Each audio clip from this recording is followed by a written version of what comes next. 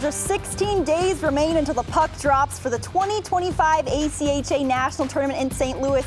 81 teams in men's Division I play, only 24 make the cut. We're here to break it all down for you. Welcome into the 2025 ACHA Final Rankings Reveal Show. I've got a talented crew here with you guys. You Don't be saying that. You couldn't ask for anyone better. I mean, I got Pat Strawn, Rhett McGibbon, Lou Gamlin made the trip all the way Captain from Lou. Michigan. Captain Lou is here in the flesh.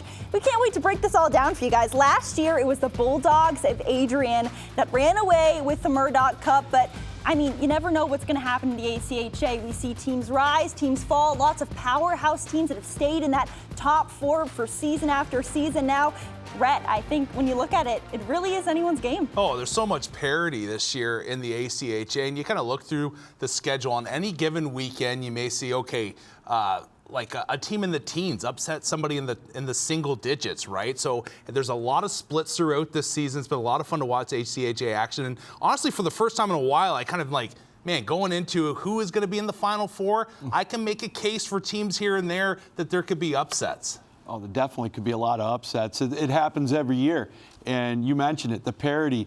Teams go beat one team, then that team beats another team, and the first team beats a third team. It's wide open. Yeah, who's going to be Oswego this year? That's what I want to know. Like, seriously, who's I think a better question, who's going to be the Pitt this year, right? They come in as a double-digit seed, make their way all the way to the quarters last season, and I think no one expected them to have upset after upset. So, and they were even close to pulling one in the quarters, at least to start it. So exciting. Yeah, we're looking for a Cinderella team to go all the way this year. It's got to happen, you know. But like we mentioned, Adrian, the team that ran away with it last season. We're excited to see what they do in the tournament this up and coming year. Their head coach, Gary Astalos, he's looking to rally up his troops to make another deep run in the tournament. We got the chance to sit down and talk with him about his expectations for the year and why the ACHA tournament really is a tough one to win. Well, it's awesome to have the head coach of Adrian Hockey here with us, Gary Astalos. Coach, how's it going? It's going good. It's going good. Things are good in Adrian, and we're going to get ramping up here for the national tournament, so we're excited. Yeah, I'm sure that this semester has been a whirlwind for you after you arrived back from overseas. How was Italy? I mean, you got the chance to be the head coach for the World University Games. What was that experience like, and what was, the part that stands out most to you when you look back on that experience? Yeah, I mean, it was a special experience for sure, and so incredibly proud of our boys and how hard they competed. And first time an ACHA team was able to win a pool is something that's really special to, I know, our staff and Waz and Burms and Brian Moran and Craig Barnett and Paul Hebert. Just the list goes on of how many people did an amazing job. And I think, for me, the best experience is all the relationships that we were able to build with players coming in from all over the country. And it was an incredible experience and definitely happy to be a part of it. So now, Coach, as we look at the national tournament, you've got a program they've seen the highest of highs, they've seen the lows at points as well. What makes this tournament so hard? Yeah, well, it's a grind for sure. I mean, you're trying to win 4 or sometimes 5 games to win a championship. So I think the other point too is how deep the ACHA in terms of talent has really become. You look at some of the upsets last year in the first round of games. I don't know if that's something we really saw 8 or 9 years ago when I first got into the league. And now, I mean, a 24 seed can really upset a 1 seed now. Like it really can happen, and it has happened. So I think you got to give credit to Craig Barnett and Paul Hebert and Brian Moran, all these people truly, growing the game. Chris Perry and all these people have done a remarkable job. And then all these head coaches have done an unbelievable building these programs and these new and upcoming programs too. So there's an unbelievable amount of amazing people in the ACHA and amazing coaches in the ACHA. And by far the tournament is getting harder to win every single year. So I think the toughest part is the competition, and it's really, can you win 4 or 5 games in 5 or 6 nights? I mean, it's a grind. So I think that's probably the toughest part. Now, in your time with Adrian, 3 national championship appearances, 6 Final Four appearances. What's been key in the development of this program for you over the years? Yeah, you know what? It starts with our school. Our school really supports, this team, very, very similar to the Liberties or the Minots or whatever it may be. And I think the second part of it is, I genuinely love every single kid in our locker room. We have a great group of kids that are willing to work hard, kids who are good human beings in our community. And I think just bringing in kids that they love hockey and they love being a part of Adrian College, and they bleed black and gold in a sense. They're good human beings and they're good kids. And it's obviously going to be a little tougher this year. We're a little bit, on the outside looking in my opinion.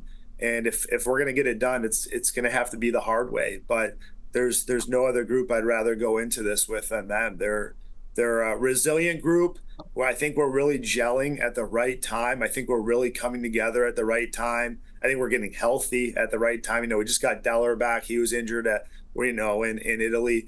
And our group's really coming together. So, yeah, I love this group. I'm proud of this group, and, really looking forward to St. Louis here. Yeah, we know you guys are always dangerous when you hit national tournament ice. Thank you so much for the time, Coach, and good luck in St. Louis. Absolutely. Thank you so much. Well, always great to hear from Gary Astalo, special things that he's done with that Adrian program. But as we take a look at our first ranking of the night, let's see where the Adrian Bulldogs are at. They are number 6 in the nation. I think looking at the national champions last year, a little bit lower than you would have thought at the beginning of this season, Rhett. Yeah, when would you expect to see Adrian, or when was the last time that you saw Adrian outside the top 4 going into national tournament time, right? There's one thing I'm going to say, though. Anytime you have a guy like Noah DeCotney's in between the pipes, you have a chance. And you look at the numbers since coming back from an upper body injury, .943 save percentage, 6 shutties on the year.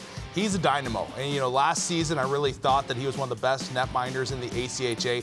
I still believe that. It hasn't been as smooth as years previous, but Noah DeCotney's can get it done. Another thing I do like about this Adrian team is just their size on the back end. When you look at it, Griffin Zaski, freshman, big kid, pretty mobile. Really liked watching him at Liberty not too long ago. And then you have the freaking Zdeno Chara, Braden Simmons Fisher. Guy is 6'8". He's like an albatross trying to get around him on the back end. They have a lot of size and length. They're going to be a difficult team on small ice to get around. And like we said, they just have that pedigree. When you get them into national championship time, something clicks and they get going. Yeah, they really do. Obviously, when you've gone to the Final Four every season except for one since Coach Styles has been there, that says a lot about what you've been able to bring with your program. Even too with this program, he's been able to just bring guys in that fit his system, and so we've seen that year after year after year, him being to the championship 4 different times, winning 3 of them. So I expect nothing different from what we've seen in years past with this group.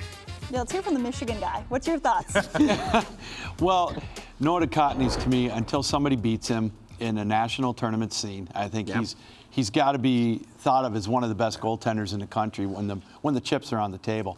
And a guy like Sebastian Smith and Jammer too, I mean, they've got that pedigree, and they're just so much fun to watch. They're so smart with the puck, and they don't make a lot of mistakes. And we haven't even talked about Cesare, who as well is over 20 goals, right? So really deep team now. All right, I'm going to make some enemies up in Michigan. I'd be honest, I don't know if it's their year again, though. The Adrian team that we saw here recently was not quite the same caliber that we've seen in years previous. And I don't know what, there was something just awry with their game plan. I'm used to them getting it down low and working and grinding, right? And maybe they can get back to that when it comes to national tournament time. I wouldn't be surprised, but right now they would not be my pick to win the Natty again this year. Well, I just think, if they're a number 6 seed, that means that some of the other teams maybe have gotten a little bit better. You talk about parity. They could very easily be a 4 seed or maybe a 3 seed. So it is so darn close, Yeah, but you never know. When the national tournament hits, they flip a switch. They seem to always get it done and make a really deep run. We're really excited to see what that group up there in Adrian, Michigan produces this year. We're going to move on ahead to our next matchup, guys. All right. Are we ready? Yeah. All right. I'm giving people bulletin board material here. Okay, yeah. That's what we love to do here. Yeah. Our first matchup we're going to go over tonight, John Carroll versus Calvin. The 22 final ranking for John Carroll, number 11 for Calvin. I mean, I'm going to pass it right along to our Calvin expert over here. When we talk about the team up there, it's been a tough season for them, but I think about when they came into Liberty, they pulled off 2 OT wins. It just seems like this group has a different fire about them this season. Well, you know, they've made it to the second round twice. And lo and behold, who did they lose to? Adrian, both times. You know, a team that went to the finals and then won it all the following year. You know, we talk about a smart team. Coach Petruzma, Josh has got them playing smart. You know, they don't make a lot of mistakes. You know, they've gotten good goaltending. Stephen Ickes, though, is a weapon. He's one of the best. He's one of the best players in the country. He's leading the country, I believe, in assists. So he's got a nose for the puck. You know, you've also got Nick Justice. He's been there. And what I call a glue guy, their captain, Lou Vesperini. You know, he always makes some great plays. And Christoph Petrula, too. They're just a fun team to watch, and they've been there. They know what it's like to get there, and they're hungry to take that next step. Yeah, we're looking at our John Carroll highlights there. We see the stats for the number 22 team in the nation. This is a team that hasn't been there as much as other teams we've seen in the past. They have some offensive firepower. They're trying to make it out of that elusive first round, possibly make some noise, right, Pat? Yeah, they haven't made the tournament, obviously, since 2022, but like you just said, obviously a big upset in the conference playoffs versus the team that won the regular season. They beat IUP 6-0, which I think that's pretty impressive, showcasing that bit of firepower. And like Coach Stiles just talked about a moment ago, like you could really see a 24 beating a number 1. This is the same case here, a 22 versus an 11. Don't be surprised if John Carroll finds a way to be able to punch their ticket and get one of their first ever tournament wins at Nationals. Disagree. Calvin's coming through with this one. You can put it in the books. Adam Yost really like him between the pipes. And then when you have the GL6 MVP in your guy, Stephen Ickes, he's just a quality player. He not only can pass the puck, like you see at 39 assists on the year, but he also has a nose for the net. Like he can get it done in clutch time. Petrilla as well, not just a goal scorer. Like he can feed it. Those two together are very dangerous. And I don't believe when you look at the strength of schedule from this season for John Carroll that they're going to be able to keep with Calvin. I tend to agree, and it's not a homer pick on this one. I've just seen enough of Calvin. I've seen the teams that they've played, and I just think they're going to be too strong for them. I just think they're too deep for John Carroll. Yeah, we've seen the depth get better and better for that program as the years have gone by. It's been Adrian, though, that has knocked them out in the past 2 seasons. But, you know, guys like Stephen Ickes, among the top 5 scorers that we see in the entirety of ACHA D1 play. I mean, you look at the Calvin team this year compared to teams in years past. Why do you think this year they can make it deeper than they have in years past and really make a push to those deeper rounds? Well, they've got some good young talent to complement Stephen Ickes and Christoph Petrula. Hayden Zimmerman was voted Freshman of the Year in the GL6. He's fun to watch. He's quick. He's smart. And, you know, he's just one of them. And that's why I think they're a deeper team, you know, and again, they're smarter. They just play smarter with the puck. And I just think that they are poised to make a deeper run. Yeah, it's going to be exciting with that team pulls out of the bag. We move on to our next matchup. We have number 21 Delaware facing off against number 12 Grand Canyon. The second matchup we're breaking down today. Let's start with this Delaware team. I mean, Coach Mittelmeyer, he's got his team prepped up for another national tournament run after missing it last year. But, you know, they've got some momentum as they head into the big dance. They got that ESCHL regular season championship. Why can this year be different for the Blue Hens? Well, I think because they got 3 of the best scorers in the country, right? Obviously, Rodriguez, Guelph, and Mahoney, they've kind of really gotten it done. Currently top 6 in the country in points this year. They've really spearheaded this Blue Hens team, and honestly, I think this is a Blue Hens team that can make a huge upset in round 1 against the team that we'll talk about in a sec, Grand Canyon. And yeah, I expect big things. They have a conference tournament coming up here next week as well, so they'll have a little bit momentum if they're able to pull through and come away with the conference championship too. Pat, I'm going to jump on your bandwagon. Todd Mittelmeyer, I like the way his team plays. And I mentioned that last year as well. Yeah. This is a group that kind of can sneak up on teams. Multiple teams this season that were in the top 10 of the ACHA, they took them to overtime, right on the cusp of a big upset. So this is a group that has the potential to get it done. I think when they play a real simplified game, get the puck low, work it down deep, go low to high, this is a group that can upset a team like you said. And as we get here to Grand Canyon, I think this may be a situation where they have to be on alert here in round one. Yeah, Grand Canyon certainly could make some noise in the tournament as well. Let's take a look into the boys out there in Arizona, see how they're doing. They're fired up. Number 12 in the nation. They've got to feel pretty good about that. So as we move on to talking about this Grand Canyon team, I mean, they've played a tough schedule this year. 23 of 29 of their games were against teams ranked at number 23 or higher. They planned out a tough schedule this year, and 12 of their games against top 10 teams in the nation. And then before the year even started, they got some experience playing NCAA D1 teams. I mean, they played Fairbanks to a 5-4 final score. Their coaching staff feels like they're well prepared heading into the national tournament. Well, that's where I'm going to disagree with you guys. I'm going Grand Canyon. I think and I'm even going to try to pronounce their goaltender's last name, Kubritsky. Kubritsky, I think. Okay, well, he's got 3 shutouts, so that's good enough for me. And, you know, as you mentioned, they beat Minot State. They've beaten UNLV. They know what it's like to play with the big boys. They've won a game at the national tournament. They won last year. You know, obviously they end up losing to Minot after that. But I just think they're a little better team. Here's my pro and here's my con. Kubritsky is my pro for this group. When you have a goaltender that shut out Minot State and you won 1-0, that's big. He also took down UNLV, 50 saves in that game. Good for him. The one area, though, time and space is limited, right, in the national tournament. When you look at their goal scorers, they are lacking in firepower. And that's where when you get into tournament play, if you have a Delaware team, a goaltender like Snellenberg maybe staying on his head, you might be in trouble. Yeah, I think that's the biggest part where I looked at it too, right? That the firepower, you're trying to find that balanced scoring. How many times have we talked about it in the national tournament? You kind of need that depth of scoring, not just that top playmaker, but then the rest of the guys that can contribute as well. And I feel like this group, they're just missing that couple bit of depth of scoring with not one guy being able to score 10 goals on the season this year. I think that potentially, like you just said, Rhett, with the limited time and space, it could come back to bite them. No, well, hey, you guys are giving the material right now. Oh, Get for sure. fired up. Oh, I like it. Yeah. Heck yeah. Produce Let's go ups back and to that down on live shot. All right, so moving on now, we're going to get a sneak peek into our top 5. We're going to reveal the number 5 team in the nation for you right now. None other than the Jamestown Jimmies, sitting pretty at number 5. This team, they haven't made it past the quarterfinal in the past 3 seasons. You got to think that they're fired up to make a really deep run this year. I mean, they're primed to make the next step. Yeah, it said Jamestown Jammies right there. Don't think they're going to be putting their jammies on too early this year. I'll say that. Baranevsky, really like this player.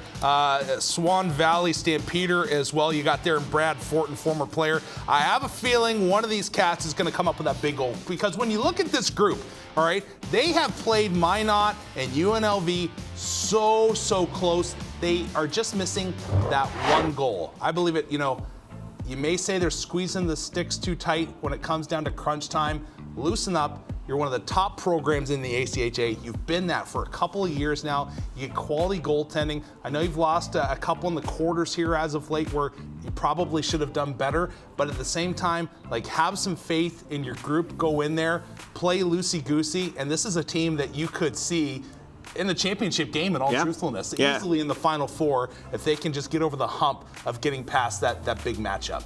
Yeah, I would agree, especially when you got a guy like Brandon Ware, obviously platooning what they have going on in net. He has been fantastic this season, really taking a majority of these starts. Like you just said, he's had some big games against some big-time competition throughout the entire year with a 92.4 save percentage as well as 4 shutouts on the season.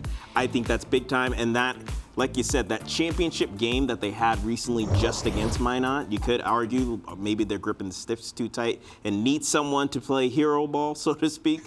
But like, I feel like once it gets to the national tournament time, they're going to take it to a whole nother level and be able to finally, hopefully, make it not only to the Final Four, but maybe even beyond. You know, you wonder how many times they hear that narrative and they're thinking, all right, this is going to be our year. We're tired of hearing the narrative. And I think that plays a lot in sometimes a mindset of a team. And you know it's going to be on their bulletin board. They keep saying we're gripping the stick, we're gripping the stick. So keep an eye on that. They are loaded. They got a lot of talent. And I've talked to other coaches about them, and they say they're a legit team that could make a run all the way, and I can't argue with that. Yeah, Coach Stork and his group trying to make the dream a reality this season. Excited to see what they can pull off in St. Louis. Maybe they take home the Murdoch Cup. But speaking of teams that make noise in the tournament, we have a team that's made some pretty big noise in the regular season. Let's talk surprise teams. Drury. What they've done over the course of the year, their first season as a men's Division I team, it's pretty unreal, Rhett. How many of you guys used Google and said, where is Drury? I did. I did too. Yeah, exactly. That's what you're looking at. When I look at this Drury team, I'm kind of like, my first question is, who have they played, right? That's the big question in my mind now. I know you get that number 9 seed coming in here, and that's a big one for you. You did split with Midland, who we'll talk about potentially. No, we will here in a little while. I'm not going to tease you. They do have some quality players. I like their goaltender, played in the KIJHL, had a goals against average of 2. He's a good player, and then obviously they have some offensive potential. Like we said, 6 of the top 10 assist leaders come from this team. But it all comes down to, and you guys can answer this question, is the difficulty of their schedule throughout the season enough to get them prepped as they come into ACHA tournament time? Boy, it can be. There's times that you see these teams with lofty records coming into the national tournament, and they're not used to being behind. And what happens if they get down 1-0 with a bad goal, or they take a penalty and someone gets a power play goal on them, or a shorty, and all of a sudden they're like, now what do we do? And I've seen it. I've seen it at the national tournament level. So, I'm not saying that's going to happen, but you wonder, are the bright lights, is the scene going to be a little much for them? That's going to be a big question. I think it just means they're well rested. All right, that's all it means. Like, how many times have we seen throughout the league, not just at men's D1, but then even at the other leagues too, right? Mm-hmm. Like where a team, you look at their schedule and you're thinking, not really kind of what you expect from a team making it to the national tournament, but then they have that momentum going, and I feel like for Drury, they're a momentum-style team. Like, they really do an excellent job in playing in those tight games. Yes, I agree, probably not the strongest schedule that you want to see, especially from an independent, so hopefully I think in years past they're going to up that, but I think this is a team that could make some good noise this year. They kind of remind you of what could be like a Navy from about a decade ago. They had a high-powered offense, and that's a group that obviously did some damage, so maybe it'll happen again. We are just moments away from finding out not only Drury's final ranking, but who they will take on in the first round of the national tournament. But the guy leading it all for them, Jeremy Law, we got the chance to catch up with him and find out, what it's taken to get his team to this point. We're thrilled to have head coach Jeremy Law with us today from Drury University. Coach, your team has had a stellar season, pretty high up there on the final rankings.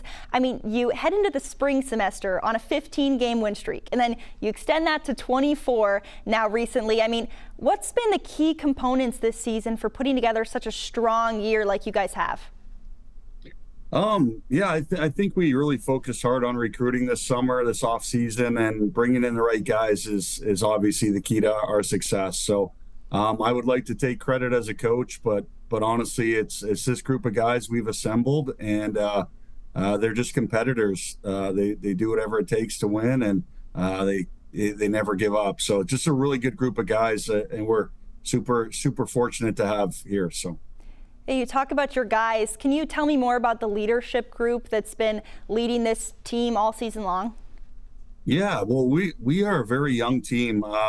We have 24 freshmen and sophomores. So the leaders we have in place are doing a fantastic job. They're much more mature than their age and their class. They're acting more like seniors.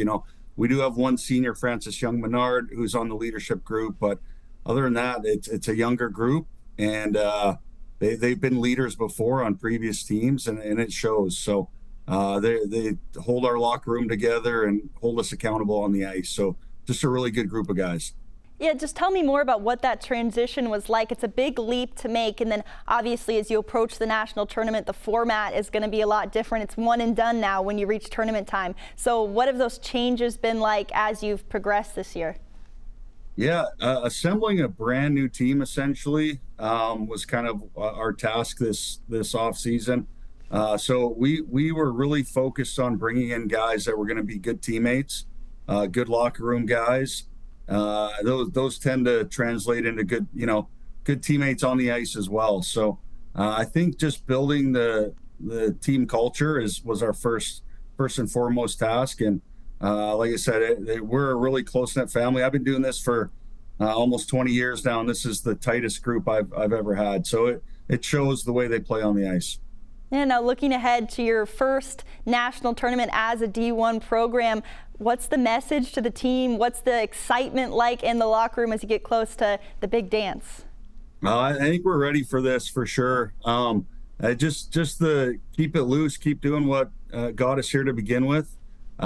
Nothing really changes. Just bringing it all that game, and I know the energy will be high for our guys, and I know we're ready. So awesome. Well, we're excited to see you guys take the ice. Thank you so much for the time, Coach.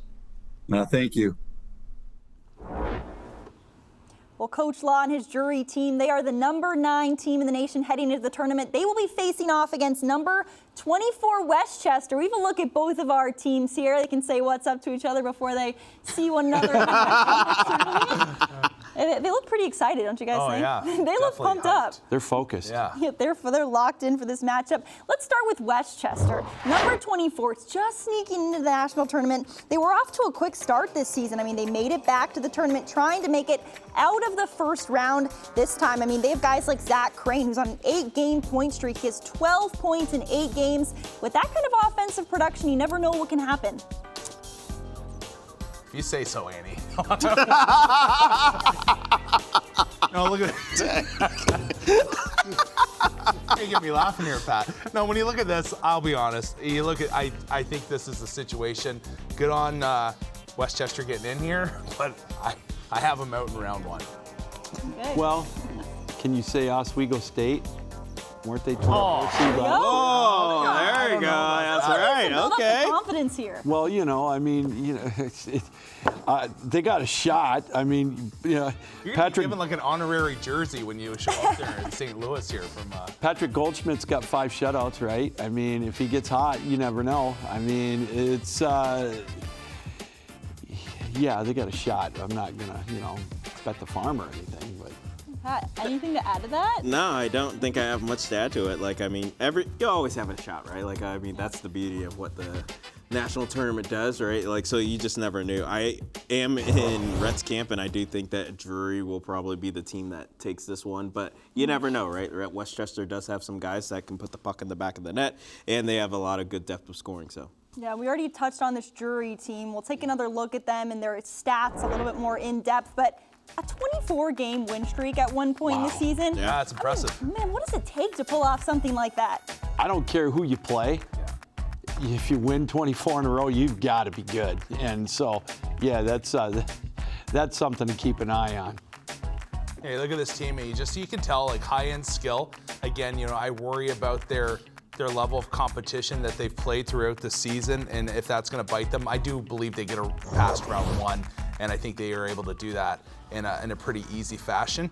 I'm going to get some threats from Westchester area here, but in all honesty, I do think I see this group from Drury coming on and moving on there. It's just when you start to meet some of the cream of the crop in the ACHA, that's where the going's going to get tough. Teams are going to be able to match your speed and your skill set, and are they going to be able to compete when the ice surface gets that much smaller? I think the biggest thing also for them too will help them is they do have a really strong PK coming in over at 92%. So at least the special teams will hopefully be in their favor, so that, because how many times have we talked about that is key at the national tournament, and whether it's the power play or the PK, and they have a really good PK. Yeah, I mean, it's their first season in Division I play. You've put together a year like that. You got to think, I mean, the momentum going to the national tournament right now is unreal, and we're excited to see what this Drury team does as we move on to our next matchup now.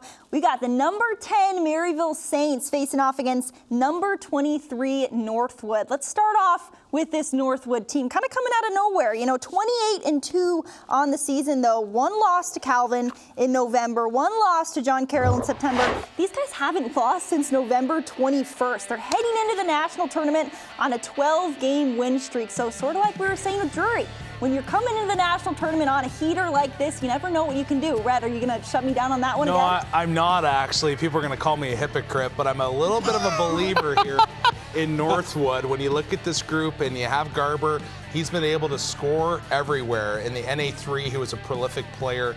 And this is a group as well that played Calvin really close, beat them as well throughout this season. Really like here, I'll let Lou take this part. I don't want to steal all the thunder here, but Mason Matthews, a quality goaltender. Oh, he's 23-1, 1.51 goals against, 940 save percentage, 8 shutouts. And again, I don't care who you play. If you could put up monster numbers like that against your competition, you've got to be good. And he's a transfer from Dakota College of Botano. He's like 6'6". 6'5", yeah, 6'5", big 6'6". guy. He's huge, but you know, they've got a very confident mentality. You know, when you win, it breeds confidence. Jordan Cooper has instilled that as a young guy, and he's got him playing. He's got him believing, and you know, I think they've got a legitimate shot against Maryville. Yeah, a lot of momentum, obviously, heading into the national tournament. You just talked about it, Annie. 12-game win streak, but then when you win the regular season and your conference championship, I think that is good. And we've talked about him briefly, but yeah, Bryce Garber, one of the most dynamic goal scorers in the league this year. Not only first in goals with 31, but he's the only player with 30-plus goals on the season. Now, the Timberwolves not playing around when it comes to national tournament ice, but we move on to the Maryville Saints. Actually, we want to take a look at the Timberwolves here first. They're pretty pumped up about their ranking. Oh, yeah. Good Love matching. to see it. Yeah. But it's not going to be easy facing off against Maryville, though. I think that every time that we see them come to Liberty, I mean, gritty is the word that comes to mind. They always make teams pay. It was unusual to see them be first-round exits last year. You got to think John Hogan isn't going to let that happen again for his troop. When I think of this team, I've always thought over the past 4 or 5 years, elite work ethic, maybe lacking high-end skill until this year. Coach Hogan has done a great job of recruiting around the St. Louis area, and when you bring in a guy like Max Wagner, a speedster from St. Louis, right in that area, hometown kid, 14 goals, 18 assists, 32 points to lead the team.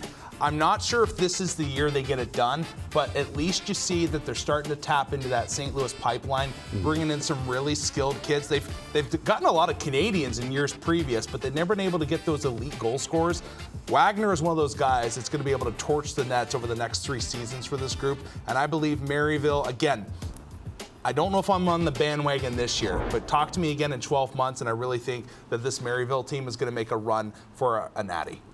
And I also think, too, that they're going to be thinking about last year. You know, that loss to Purdue Northwest, that stung. And I think they thought that they were a better team, and I think that they're going to use that as momentum. I honestly believe that they've got a good shot. I know what I said about Northwood, but I like this Maryville team, too. I really do, and I think they can make some noise.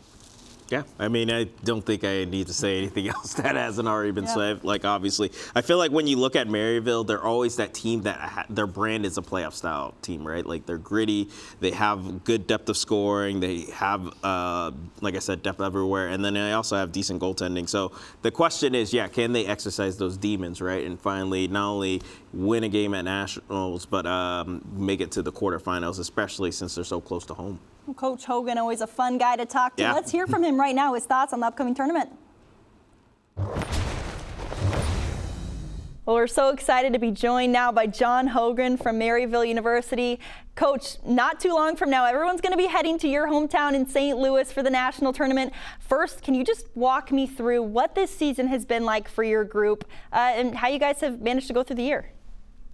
Yeah, I think it's always fun to have it in your own city, get to sleep in your own beds, but then there is some, like you don't get to be in the hotels and, have some of those meetings together, but that's okay. I'd rather be in our own bed and our own pillows. So it's exciting to get to March again. And it's been a year, like it kind of flies by, but it also kind of seems like yesterday that we started. It's kind of that combination of the two things. So we're excited to be here. Proud of the guys that get to qualify for another national championship. And we're kind of ready to see what March looks like.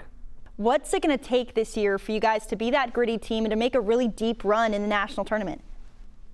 I think you mentioned, I think it's us buying into that, and every coach says it, recommitment, buy into that stuff. Like if Maryville is going to beat you, it's not going to be pretty. It's going to be ugly. It's going to be an absolute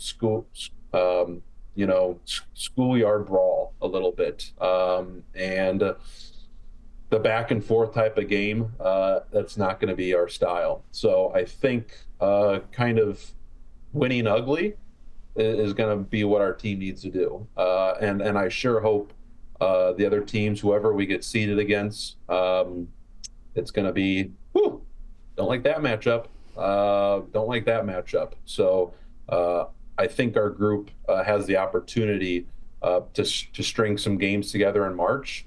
But it's going to be hard and it's going to be ugly. So, and I think our group can do that. Now, Coach, for all the friends and family that are listening right now, they want to know where the best barbecue is in St. Louis when they get there. Can you give us any good recommendations? There's a lot of good ones. I think Sugar Fire is always a go-to. There's a couple of those spots. There's an OBQ's that's right down the street from our rink. So, some pulled pork, some baked beans, some mac and cheese. All the other teams, go fill up on it. Have fun with it. Be a little big when we see you on the ice, kind of thing. So we're lucky enough that we can go have that every week. So for guys that are coming in town, they can splurge, and maybe their stomachs aren't feeling very great come the puck drop. Yeah, we'll make sure to spread the word just for you. Yeah, I'll call Kirk Handy. I'm going to call Kirk Handy and make sure that he has some with his group. Oh, yeah, 100%. We'll make sure of it. Well, Coach, thank you so much for the time, and we're all excited to get to your hometown of St. Louis pretty soon here, and we'll see you at the national tournament. Yeah, we'll be happy to have everyone and excited to have. Awesome. Thank you, Coach. Well, Pat, when he started talking about barbecue, I saw you over here licking your lips. Are you excited? I'm very excited. Yeah, I can't wait. Obviously, I'm more of a pizza guy, so I wish you had asked him where's the pizza places were, but that's okay. Yeah. I'll definitely check out the barbecue place that you mentioned. Yeah, ask him yourself. He's not keeping any secrets over there. All right, we're going to keep things moving here. We have our number 8 team. It's Utah. We're very excited to see what the Utah Utes pull out in the national tournament this year. A 6-game win streak heading into the tournament. As we take a look at the boys out west, they're very excited with their placement, breaking into the top 10. I mean, they earned themselves that first round bye. They've just been on a tear lately, Pat. Yeah, I think the biggest win they have of the season obviously was beating UNLV, right? Currently at the time when they were number 2 of the country. Big split for them, and having an impressive record. This is a team that, remember when they were at the Division II level, we always saw them and they competed for a national championship every year. It felt like they were one of those teams you looked at. And then when they got to D1, you were just waiting for them to finally make it. Now back-to-back tournaments for them. I think this is the start of probably building a very strong Utah team, especially a team that more than half the roster are newcomers on the team. And they've got a lot of depth. You mentioned it with the newcomers contributing. And interesting fact with them, too, they have the leading power play in the country. Their special teams are amazing. And I think they're going to be a fun team to watch. Garrett Fuller's great between the pipes. And they're another team. They lost the opening game of the tournament last year to Missouri State, I believe it was. And it was a close game. So another team that's going to use that as motivation, and I know they're ready. When you look at this team, how many teams can you look at their stat line in the nation and you look by guys who got 6 power play goals, 6, 4, 5, 5, you know what I mean? Not many teams can do that, and special teams play is so key when you get to the national tournament. Really like Delaney on the back end, 6'2" defenseman, 8 goals on the season, 4 on the power play. He also has 23 apples. That's a big part of their game, obviously, and when you can get production from the back end, that's huge. Also got to throw out there Landon Langenbrunner. Whenever you have a show daddy like Jamie Langenbrunner, you're going to get stuff done. Jamie wearing the C for Team USA, great Dallas Star, went to the Devils in a big trade and then got it done there too. The guy knows how to win. I'm sure his son does as well. Oh, yeah. He's got Rhett fired up over here. We're going to keep on moving now. We have our number 7 team. Up in New York, we have the Niagara Purple Eagles. This is a team that I feel like here in Lynchburg, Virginia, we've been privileged to see them come and play in the LaHaye Ice Center quite a few times. They've got some young talent. It's been developing. Now they just got to find a way to strike come tournament time. You've got guys like Belanger and Kalen. You've seen them get better as the years have gone on. Rhett, what's your assessment of this Purple Eagles team? All right, let's break it down here. Pat, I'm going to ask you, just for everybody, and we didn't script this. What has been my thought over the Purple Eagles in years previous? Have I liked them? Oh, you've loved them. I love this thought they team. were going to be probably, this is the year starting to compete for a national title. Exactly. I really love this team. I love Coach Meridian, and I love how he's built this program and what they've become. But I'm going to get on them a little bit because I love them so much, right? And that is, they've been inconsistent, and my belief is that this is a team that sometimes gets content sticking to the exterior. They're a perimeter team. You have to go into the dirty areas. Belanger, this guy can shoot. He could be one of the best players in the ACHA. He has that skill set, the size, the hands. He has it all there. And sometimes he gets a little content trying to go short side high on tendies. I saw him, though, lift a stick behind the net, boom, wrap around, it's in the back of the net. When he gets engaged physically, this is a team that's really dangerous. I'm going to say the same about Soika as well. Big body. You know, he played in the World University games. This is a guy that can get it done. If these guys engage and go into the slot, the dirty areas of the ice, I really, really believe this is a Niagara team that can make it to the Final Four and beyond. But if they're going to stick to the perimeter game that sometimes they can get sucked into, I don't see them making it like, do we want to say they get, upset in the first round? I don't want to say that, but it is a possibility. It's a difficult style of hockey. You have to play at nationals. They're capable of it. They just have to do it. Any opposers? Well, I just think watch out for Adam Soika. He's got 10 goals in his last 11 games. And, he's on a roll. I think what you said, if they can keep, doing the dirty work and whatnot, I think they can make a run. Hey, can I say one more thing? Love their captain. Connor Loft is one of my favorite defensemen in the league, and you have to have a big body D like him to be able to get it done. He plays the game the right way, and I really like the way he leads, and I believe that he can get in their ear. This is his last run, right? Like the guy wearing the C, this is his last go at it. So he's going to be in your ear. He's going to get them going. I believe they're going to get it done. Like not win a natty, but I'm going to say I believe they're going to get past the first round and play the game the right way. Do they have enough in the tank to make it to the Final Four? That will be seen. They got some tough competition. We'll get to that in a few minutes ahead of them. But still, I really, really do like this Niagara team. All right, Connor Loft going to be leading that group. Also leading the team, Tom Meridian, their head coach. Let's hear what he had to say about this Purple Eagles team. Well, it's a pleasure to have Tom Meridian from Niagara here with us. Coach, how are you doing? Doing well. Looking forward to the national tournament. We've got our last two games of the weekend set, or last two games of the season set here this weekend, rather, against Delaware. So exciting times. Been a long year. I can't believe it's over already, but time to shift gears. You guys are a team that's known for coming into the tournament, making some waves. Does your team thrive off of that underdog mentality? I think maybe 3 years ago we would have. It's weird. Like you look at the last three tournaments we played in. 3 years ago was like the first time we had made the tournament in a long time. And I think that was my first year as head coach. So, not sure what to expect there. I think not having a really strong strength of schedule didn't really prepare us very well for that tournament. 2 years back, you look at the Jamestown game that we played in. I thought it was one of the best games we played all year. We just hit 3 posts, and I think each team put 48 shots plus on net. And they got a fortunate bounce in overtime, and that was the end of it, right? So last year was an extreme disappointment. I think the players know that. I think that was a culmination of a lot of things. I think primarily having like 9 or 10 first-year players like in key roles there. There was a lot of fear, I think, playing in that setting. But yeah, it's to thrive as far as being the underdog is concerned. I hope we don't go into situations considering ourselves an underdog anymore. I think we have to have a little bit more of an alpha mentality now, which I think, contributes to success in the postseason. I guess I'll leave you with this question. Why should people be excited about the future of Niagara hockey? Who doesn't love the color purple? But no, I think the big thing is to go back to the character, I think, of the players that we have. There's not a lot of individuals on the team anymore, whereas I kind of felt we were more like a individual self-oriented mindset before we kind of rebranded the program. And that's not a knock on the guys who were here before. I think it's just recruitment's gotten a little bit easier with program success in comparison to what it was in years past.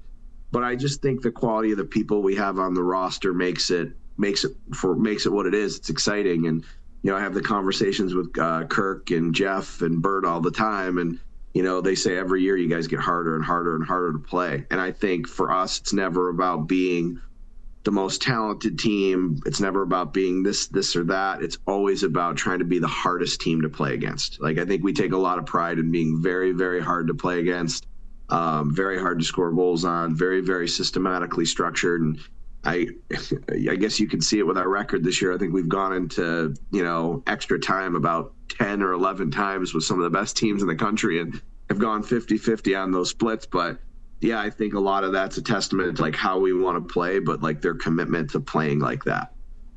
Awesome. Well, we're excited to see you guys fight come tournament time. Thank you so much for giving us a little bit of your time, Coach. Of course, I appreciate it. Best of luck with the whole launch and the whole selection process. Well, Niagara trying to shift from that underdog to alpha mentality. We'll see what happens with the Purple Eagles come tournament time.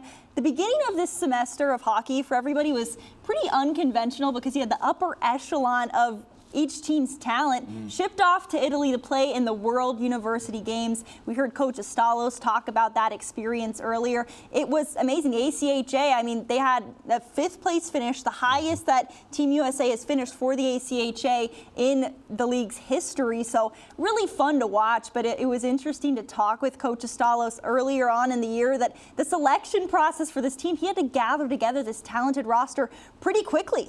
Well, I talked to him, in September about it a little bit, and it was he was saying, I got to get these players together, so sprung on us so quickly. And these teams that they play overseas, they've been together for months. They've definitely got the leg up on them, and for them to go over there and do what they did, I thought was phenomenal. And the players were, they were so receptive over it. The sacrifices that they had to make, the amount of time they had to get everything together away from the ice. That to me is a testament of how solid of a group that they had. Yeah, it was incredible to see as we look at the stats here. Lots of representation from all around the ACHA.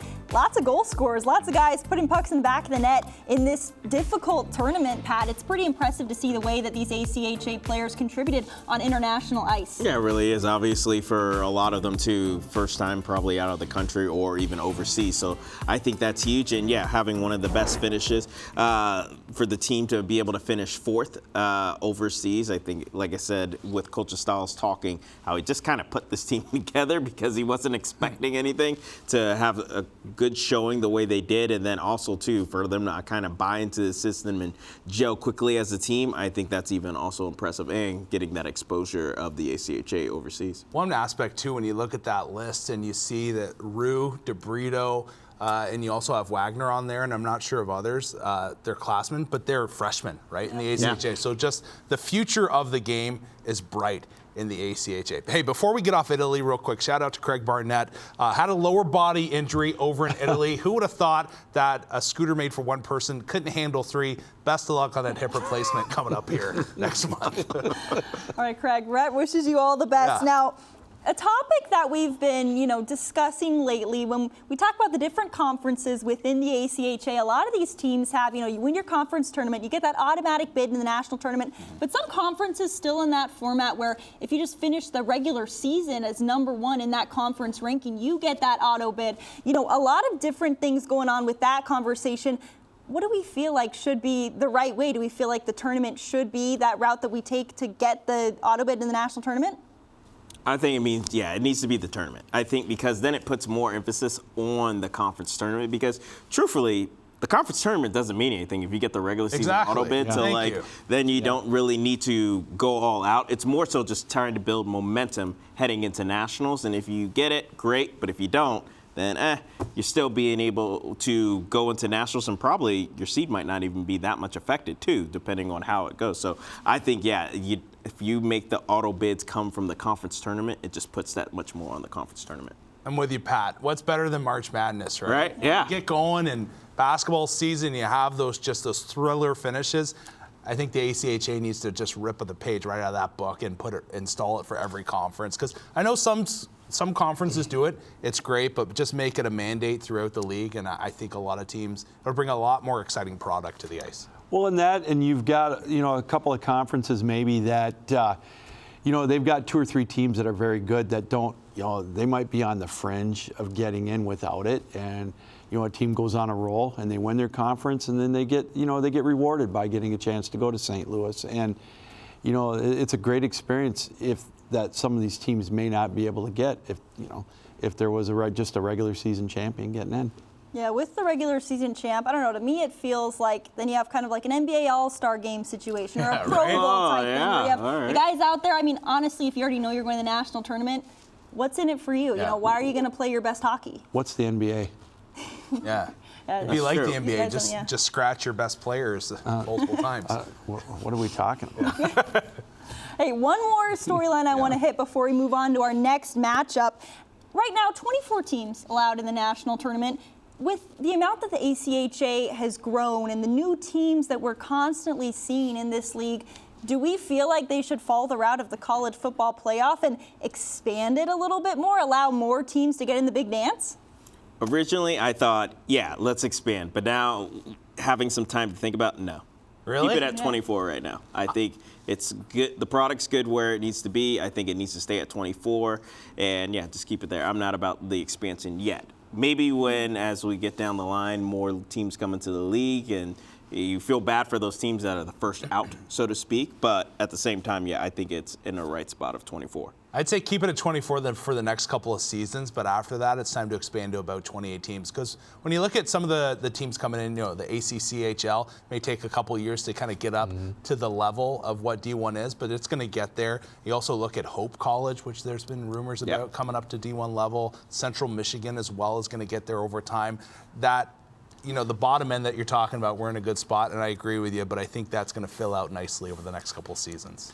Well, if they do the expansion, I just think there should be incentive for some of the top teams to still get that opening round bye. I mean, you've got to give some of these teams some type of a reward for having a really good season. And I think my biggest fear is if they expand it down the road to 32, then you're going to get the 1 versus a 32. And, I mean, any given Sunday, right? I just think there's got to be something in there to keep maybe a reward of a bye to get into the next round. I don't know, but I'd be for expansion, but not right away. Do you like, though, that there's 8 teams getting a first-round bye? Like, I'm good with 4. 8 seems like a lot. I don't have a problem with it. I don't know how else you could do it. I mean, it would almost have to be bracketed like the women's tournament used to be, where they had to go to some type of double elimination format when you only had remember that? Yeah, like right. only the top 2 teams getting a bye. So I kind of like it where it's at with 8 teams. I just think it's well-rounded, and there's enough of an incentive to give those teams a chance to get there, and I think it's a good enough reward. Yeah, I mean, just the way you have it now, it's still a lot of hockey in a little amount of time. The bigger you make it, it's going to make it even tougher for a team to go on a Cinderella story type run. But the ACHA, it's undoubtedly grown so much. It's fun to see, but you got to find ways to adjust with it. Hey, we're going to keep on moving on with our matchups. Our next matchup reveal, we have number 20, Oswego State, taking on number 13, Indiana Tech. As we take a look at our Indiana Tech team here, they're waving hello. They're excited. They're up at number 13, going to be taking on the team that made some waves last year, Oswego, in the national tournament. I mean, they have 5 guys with over 1 point per game right now. They finished number 1 in the NECHL. They have really 2 solid goaltenders, and they upset Niagara last year. I mean, this team is one that could be undersold a little bit, guys. Yeah, I think they're coming in with a ton of momentum, right? Obviously, you just touched on it, how they won their conference championship regular season, and then they went through the tournament and pumped the championship team, winning 11-0 over RIT, right? Like, that's super impressive. Talk about momentum coming in. Obviously, they have easily probably, if we had a defenseman of the year, this guy would be the defenseman of the year coming in. And Gerben, obviously, he's been fantastic. Number 5 in the country when it comes to points on the season. The next closest defenseman is 31st. So he has definitely been doing an excellent job from a playmaking standpoint on the back end. Well, nobody's going to take them as a surprise this year. Yeah. You know? I mean, and I'm not taking anything away from the run that they made last year, because they took Ohio to overtime last year. You know, I mean, and I thought they were going to win that game, to be honest with you. So, I mean, it was such a fun game to watch. But, you know, let's not forget their goaltending. McAleer's a very, very good goaltender. They're definitely going to be a tough out.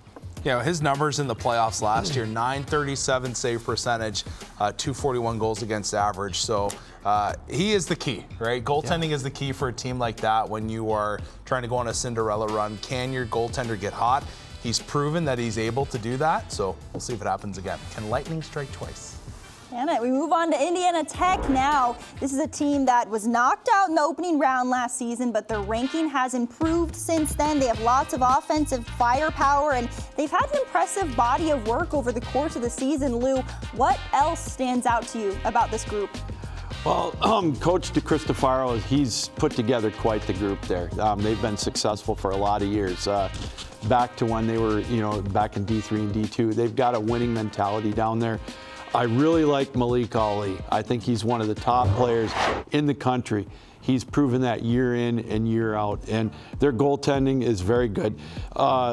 They're combined with Greg Reimer and Braden Funk, 1.95 goals against and a save percentage over .930. And again, there's another team that, you know, they're stinging after losing that game last year to Calvin in the opening round, and I think they've got a good chance at beating Oswego State. I think this is going to be one fun matchup right out of the chute in the opening round. I'm really looking forward to this game. When did it happen that all of a sudden teams in the ACHA started getting goaltenders that both have a save percentage like over 92? You remember the glory days, like Wild Wild West, when everybody was like under 900, and now you have two tendies on the same team that are well over 90%? It's crazy. Well, you know, Rhett, we were talking about earlier today. We don't have anybody over 100 points. Yeah, so that's true. I think the defensive style and the goaltending's gotten better, but the ACHA as a whole has just gotten so much better. And I think your point is well taken. I mean, some of these goaltending numbers are just unbelievable. Yeah, it's fun to watch. Like, for a lover of goaltenders, it's terrific. Like, I absolutely love to see. We didn't know. Yeah, no, that's it's on my profile. But no, I love watching these guys, and it's just like Lou said, like, coaching's gotten better, systems have gotten better in the ACHA, and goaltending has benefited from that. But the athletes coming into the league are top notch. Now, we talk about impressive athletes coming into teams. Our number 4 team, they have lots of that. Our number 4 team this year is Liberty University. Here they are at the LaHaye Ice Center in Lynchburg, Virginia. Turn the lights on and clap it up. So, you know, this Liberty team, I mean, they had 10 newcomers entering this season, and I think when you have as many new guys as they did, there can be a lot of uncertainty, a lot of question marks, but I feel like this team, Pat, they far outweighed the doubt with excitement for what they can achieve come tournament time. Yeah, I mean, this was a group that had a lot of expectations coming into the regular season, because they had finally built that culture of, we're a top 10 team, now how do we move further and be in a top 5, Final 4 consistently, and so forth. And yeah, all these young guns, so to speak, really came in and brought that energy, and like the veterans that they retained on this team really matched that. And I think that's been the biggest thing. You take a look at what they've done the last couple seasons. Even in 2021, they made the Final 4. So, and for the last 4 years, they've been to the Final 4 twice, which is the second and third time they've ever been to the Final 4. Now they're looking, how do we get past the Final 4? And I think they feel like they've got the group to do it.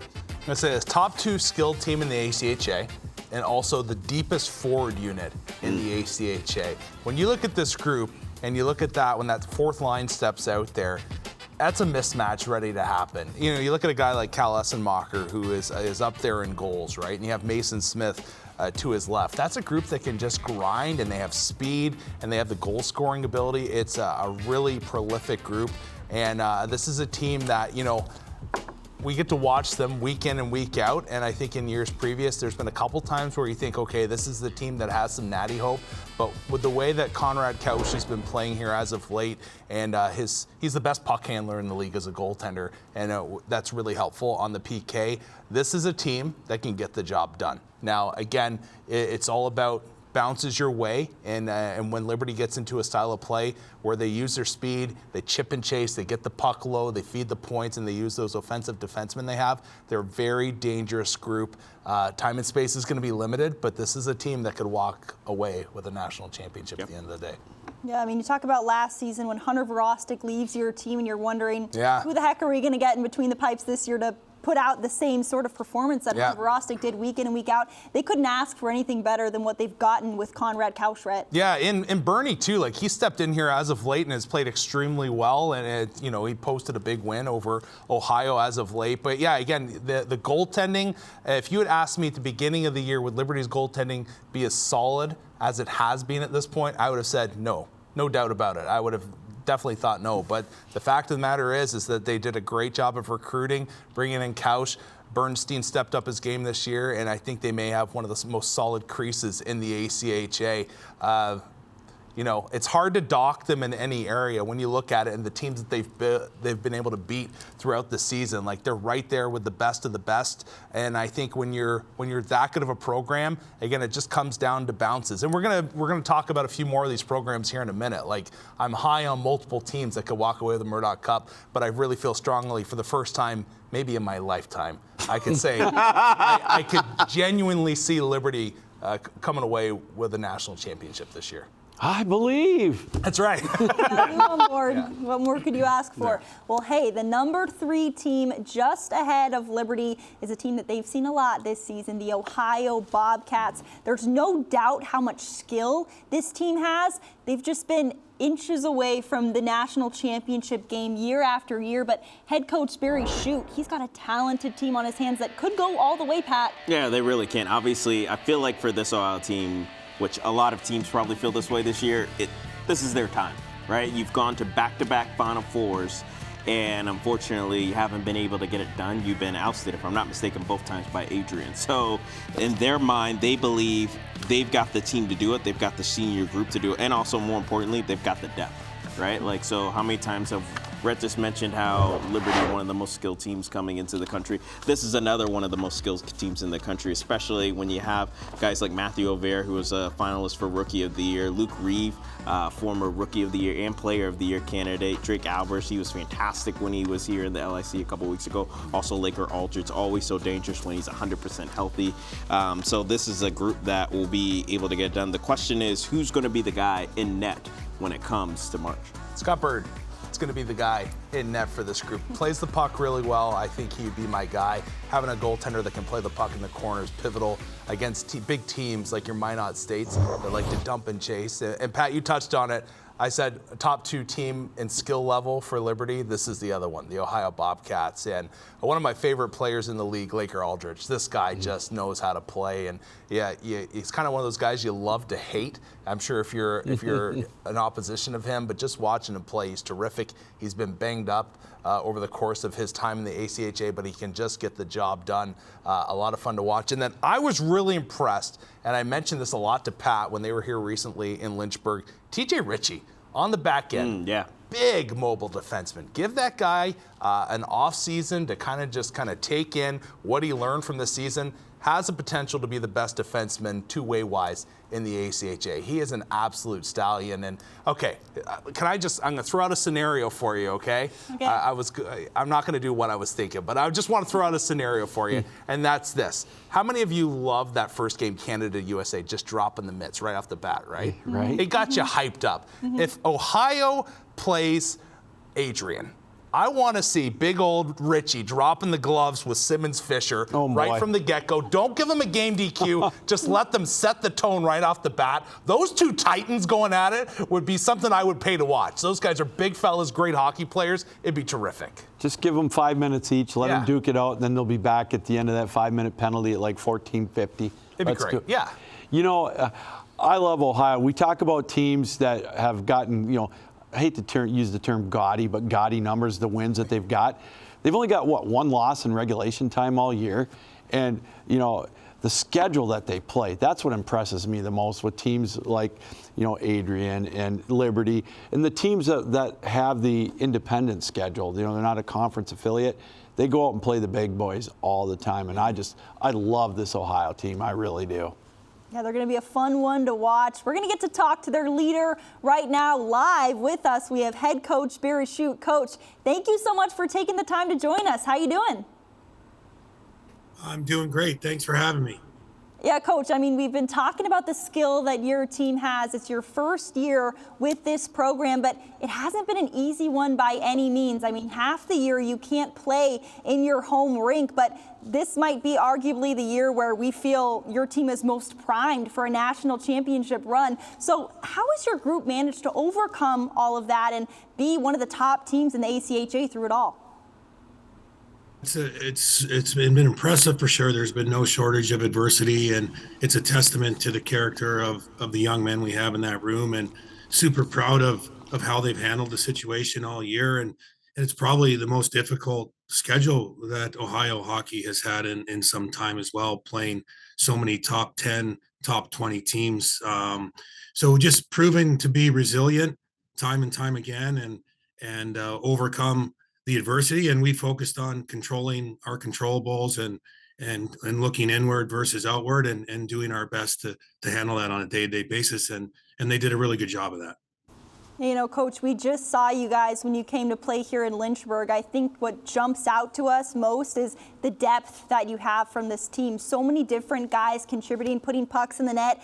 How would you assess the depth that your team's got? Yeah, I would agree. We're getting contributions from everyone, whether it be freshmen or seniors, or goaltending. All three of them have contributed out the course of the year. The second half has been, we've had some illness and some injury. I don't think we've had our full lineup probably the way I would have liked it, more than once or twice the second half of the year. So, but we're going to lean on everyone. If you want to be there at the end and play for championships, you're going to have contributions from everyone. And ultimately you're going to go as far as your seniors take you, but that can't be without effort from everybody.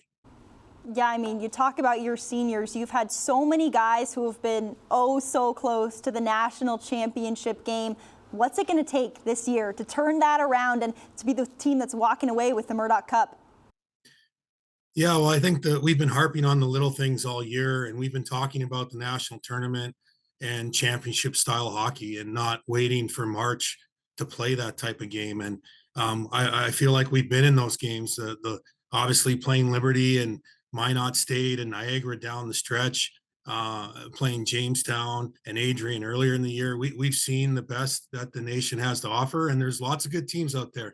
But we believe we have the depth, and if we keep things in our control and take care of the little things and play our game at our level, we know we're a handful for most teams.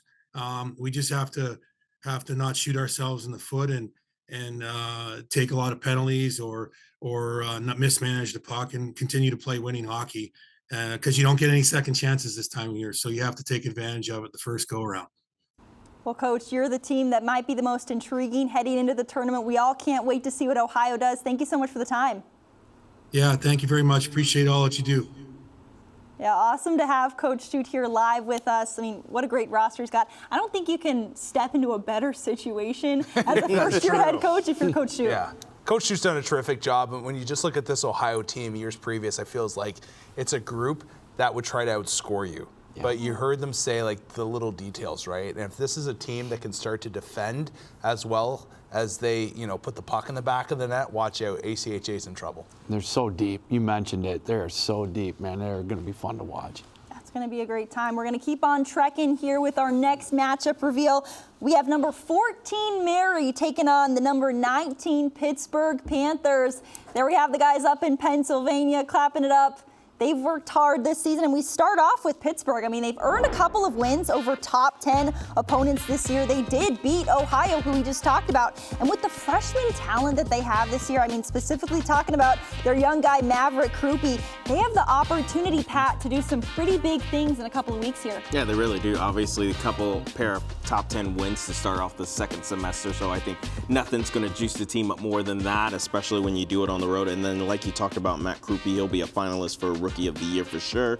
And yeah, they've really come on. I know they got behind the 8 ball to start the season, and people were wondering what happened to Pitt. Are they going to be this team that makes it back to the national tournament? And they're looking like it now, especially since they've been able to shore up things in net. Lindsey, he's had a much stronger second half of the season, which you like to see from him. And also, we've talked about that depth of scoring, I think, from top to bottom has just really been prolific, with Krupke leading the way.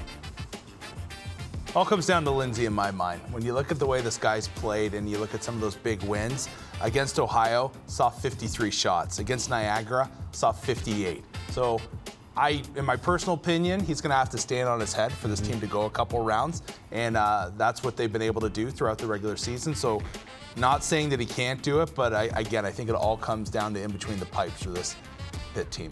That's going to be a tough task taking on Mary and Lou. When it comes to you, Mary, I want to, deflect it right to you. It's just their second season at the Division I level, their second appearance in the national tournament, though. And head coach Dan Huntley, he's doing some really good things with this program.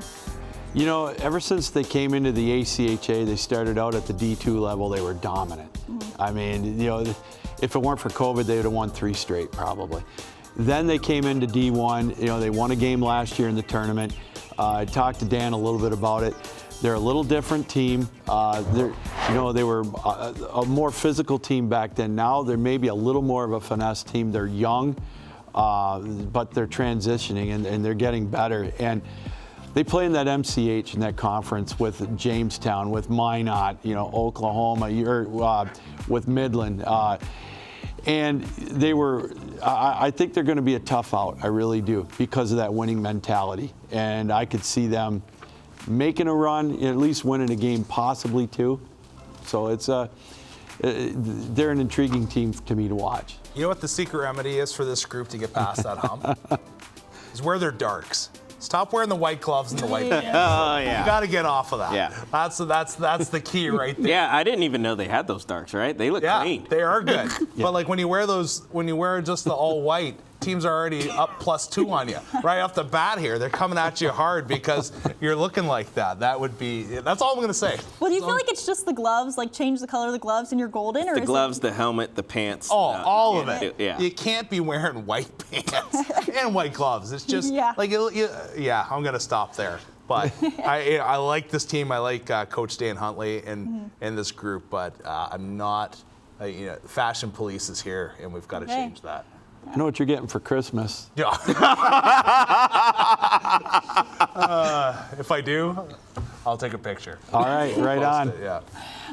You marry one of those teams that fits in perfectly with the next topic we're talking about, a team that moves up from the Division II level to the D1 level, and instant results, instant appearances in the national tournament. It's practically seamless what they've done. The league as a whole is growing so much, and you see it not only with the results on the ice, but also in media platforms and the ways that they're making noise just around the college hockey world. Pat, starting with you, what are your thoughts on the way this league has grown throughout the years? I think it's been special. Obviously, I remember when we did the show 10 years ago, trying to do the media for that, right? Trying to find just some B-roll. Yeah. And that was a tall task, right? Just to see what we could. This year, so much easier because so many teams have been able to put their platforms, live stream their games on YouTube. They have a place where they archive. Also, they have someone really doing a lot of good media content for them. So, I think that's been big. And it also helps with the brand of not only the schools, but then also for the ACHA, showcasing, it's not, I know we talk about this level of club anymore, but really, most of these teams can really compete with the NCAA Division III levels. Oh, without a doubt, and I like how they market it as non-varsity, but what they're marketing it is leaning towards impressing on these kids that they can get a good education and still play hockey at a competitive level. And, in the last 10 years that I've been involved with it, you can definitely see the difference. And it shows, and on and off the ice. Yeah, I couldn't agree more. Back 10 years ago, when you saw a guy that played NCAA level and came down to ACHA, you were like, wow, that's a player. That's common now, right? Yeah. So just to see how the game has grown, and it's fun to see, even places like Spit and Chicklets and whatnot that have given recognition to the ACHA and really have said that it is a good place to play hockey. It's not like Bush League. It is a good place to play hockey. It's been special to watch for, people like us that have been involved in the league for over 10 years. And the buy-in from the teams as well. I mean, it's countless hockey players now that I've talked to that they choose an ACHA program over an NCAA D3 program just because of how well developed these programs are and the facilities and the fans that show up to the games. So it's pretty special to watch as the league just keeps on getting bigger and bigger. Well, hey, it's time to break down another matchup for you guys. Coming up next, we have number 15 Arizona. They're going to be taking on the Sooners of Oklahoma, who are sitting at number 18 as we get a look into both these teams here. Lots of smiles, lots of laughs. They're excited for the first round of the national. Buddy regretted that. He sat down. He's getting fired up because, I'll be honest, when's the last time Oklahoma's been in the tournament? It's been quite some time, right? Yeah. So, obviously for them, and this is a foe they know very well, a conference foe that they're going to be facing. So this is an exciting Western Collegiate Hockey League matchup that we're going to see in the open round. And, expect some big things from both these two teams. One is trying to make it out of the first round in Arizona, who haven't been able to do it over the last few seasons, while the other one, they're excited to be back at the dance and trying to make a push and not just get out of the first round, but also make some noise there too. I'm kind of excited to see what Oklahoma brings. They're kind of an edgy team. Yeah. They're physical. They like to bring it. And, I think if they can stay out of the box and, just kind of play smart, but yet right at that edge, I think they're going to be a tough out for Arizona. Yeah, Oklahoma, and your top two scorers are young, so you kind of wonder about the experience factor. But when you dive onto elite prospects, Carlisle had some pretty good playoff numbers in the Null and fall drill. We'll see what he's able to do, right? He's smaller in stature, but obviously has a tremendous skill set. So it's going to be fun to watch this program. And good to, like you said, Pat, good to see Oklahoma back in the fold, making it to nationals. And this Arizona team, they split with Utah and Grand Canyon. When they did face off against some of the upper echelon teams like Liberty and Minot State, they had it handed to them pretty well. But one guy on this group, another freshman, Riley Rue, played in the Null, really good player, 7 power play markers on the season. He's another bright spot for this team. Yeah, I mean, they're in a tough conference with UNLV. It's not easy to weather the storm. That is that conference. They've handled it pretty well, and it shows with their ranking, Pat. Yeah, it really has. And obviously, I think for Arizona, this is big. I remember the days where it was tough for them to, one, get to the tournament, but then also they had those battles in the desert versus ASU, right? Yes. Like at ASU, who took it to them so many years in a row. And now finally they've been able to have some success getting to the national tournament consistently. Great job for Coach Berman, really just changing the culture out there after following the footsteps of his predecessor and Coach Hogan. So they've done an excellent job bringing hockey back into the desert. And now they're looking to hopefully, like you see on the screen, make it to the quarterfinals again and then maybe even further. Yes, this is a matchup that I think could be sneaky good as we head into the national tournament. We keep on moving with these matchups. Our next one that we're going to reveal to you, we have number 16 Midland that's going to be facing off with number 17 Purdue Northwest. Another one of these great battles we're going to see here. I mean, we start off with Purdue Northwest. They're a team that's made some noise in our previous national tournaments we've had here. They made an unexpected deep run in last year's tournament. They fell short to UCO in the quarterfinal, but you never know, Lou, what this team is capable of. Well, it all starts in the back end with them, with Cooper Olsen. He went over and played in the World University games. He actually got the win in the first game for them. He's got 5 shutouts. He's so strong in net. I've seen him play a few times in person, and I think he kind of carried them on his back a little bit in that tournament last year, taking nothing away from Maslowski and Clough.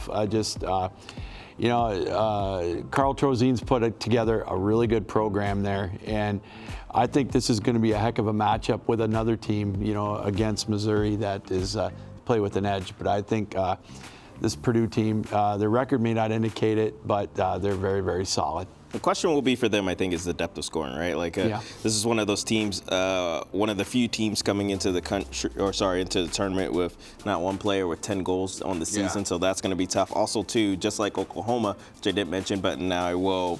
They're one of the few teams coming into the national tournament that haven't been able to score 100 goals on the season as a team, right? So, you're trying to see, can this group be able to find that depth of scoring when they need to? And they're having a tough task versus Midland, who all the other teams trying to just be able to have some success heading into the national tournament. Yeah, one thing I want to point out real quick is Jordan there on the list. I know we said nobody scored 10, and he's a Division II player that came up for a cup of coffee. So his numbers are a part of the program, but I don't think he plays there on a regular basis. So Pat, yeah, going with what you said, this is another group that, are they going to have enough offensive firepower to be able to capitalize in the tournament this year? That will be seen. 10:18 p.m. Let's see how the guys over in Midland are holding up. Pretty fired up I about think they're all right. Yeah, they're staying awake over there. Oh, the mascot's there. I love it. There we go.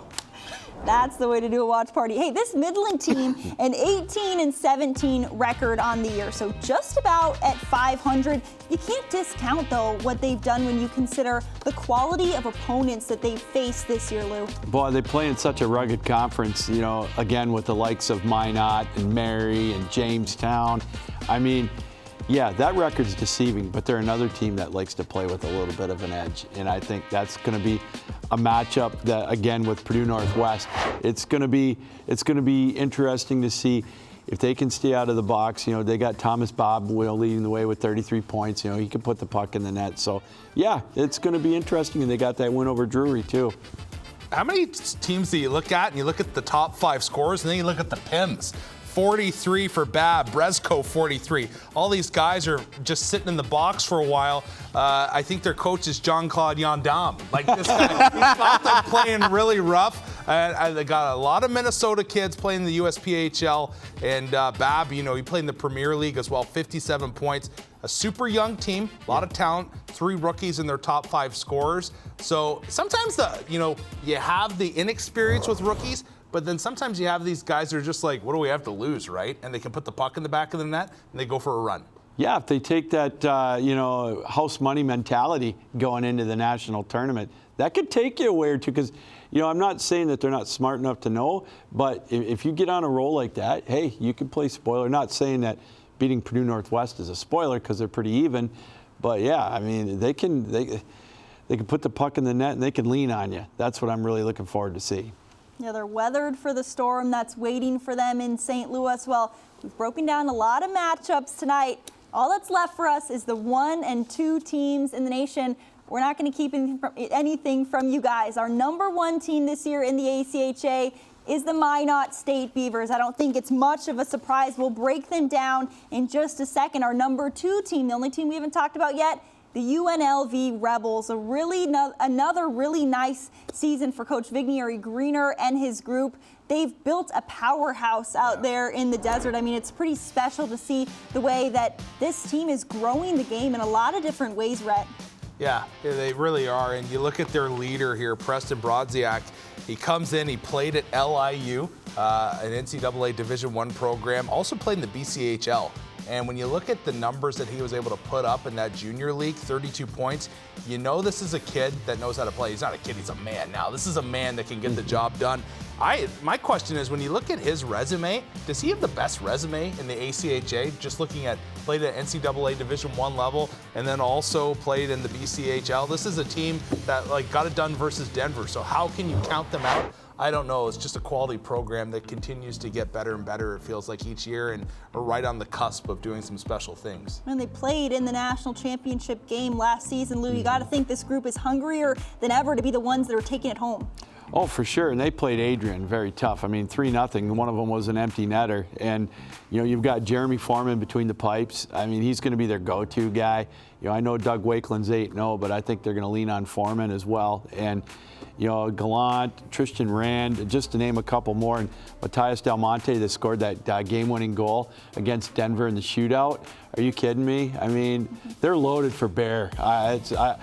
Oh, wow. Yeah, they're an exciting team. Yeah, and talking about how they did at the national tournament last year, obviously for them, they were all over Adrian that first period, right? Yeah. So everyone thought, is this the year that they're going to finally do it, even though it was 0-0 after the first period? Adrian made those adjustments. That's why Coach's style is so good, right? Mm-hmm. And was able to come away with the victory. But yeah, I mean, this is a team, they love playing fast. They're a gritty style team and love being physical. And they have a ton of depth of scoring. And like you guys have been talking about, they just slowly been building. They didn't go to the national tournament in that shortened COVID season tournament, but ever since then, Final Four, quarters, national runner-up, and the fact that they're able to be basically right back there after losing some very key pieces to this group, I think that's super impressive. Yeah, a complete hockey team that they've got out there in Las Vegas. We got the chance to catch up with their head coach, Anthony Vignieri-Greener, just a little bit ago. Well, Coach, it's awesome to have you here with us. Another year, another great regular season for UNLV hockey. Walk us through what this season has been like. There's been a lot of ups and downs. It's been a taxing season, but I think that with our leadership core that we have, it's been a great season. You know, if somebody would have told us we were going to have the record we had or we have right now in August, you'd be really excited about the future. So, like I said, it's been a long year, but a great year. I love these kids and can't wait to see what we do in the next coming weeks. And I think everyone can attest to the fact that you made noise with your win over Denver over the break. What was that whole game like for you guys? Yeah, I think it was very emotional. Talking to my staff throughout the whole game of, hey, we're in a good spot right now. Obviously, you know, being up 3-1 after the first, being 5-1 up with the second. And then just, you know, staying true to what we talked about prior to the game was, hey, we're going to compete every single shift. They're going to earn everything they get from us and kind of go shock the world. And, you know, they came back. I've used the analogy a couple times. You know, Denver saw blood in the water in the third period, and they kept coming in waves and waves and waves. And we kind of held on by a thread there because with Foreman. Then Heater scores that goal to make it 6-5. Then they tie it right back up, and we get to overtime. We get a couple chances. They get a couple chances. Then we go into a shootout and kind of shock the world. So for us, biggest program win in our history since I've been here. And we're looking to add to that, you know, come March. You have business to take care of this year at the national tournament. Last season, you walk away as runners-up. What's going to be the difference maker in the tournament this year to make sure it's you guys who skate away with the Murdoch Cup? Yeah, I think a lot to do with this preparation, making sure you're in the top 4 seed so you can get that extra night off is huge. We ran out of gas last year. But for us, preparation, making sure we're doing all the little things. We're not thinking too far ahead. It's one game at a time. If it's Friday, we play Friday, and then we'll worry about, you know, who we play the next game. We got to take care of business. But I think that comes with knowing the tournament, being comfortable where you're at. We love that place. We love where we stay. It's like our second home. We've been there 4 times in the last 2.5 years, you know, with the tournament and then playing Lindenwood. So for us, we're really comfortable knowing that rink, and then our leadership core, just having the depth that we have, been through it the last couple years, you know, me in the semifinals 3 years ago, and then quarters 2 years ago, and then obviously in the national championship last game. So this year we got a couple more goals to get to the top of the mountain, but I'm very confident in this group. Well, Coach, thank you so much for the time, and good luck in St. Louis. We can't wait to see you there. Appreciate it. Thank you. Well, Coach seems pretty relaxed there, leaning back in his chair. Love to see it.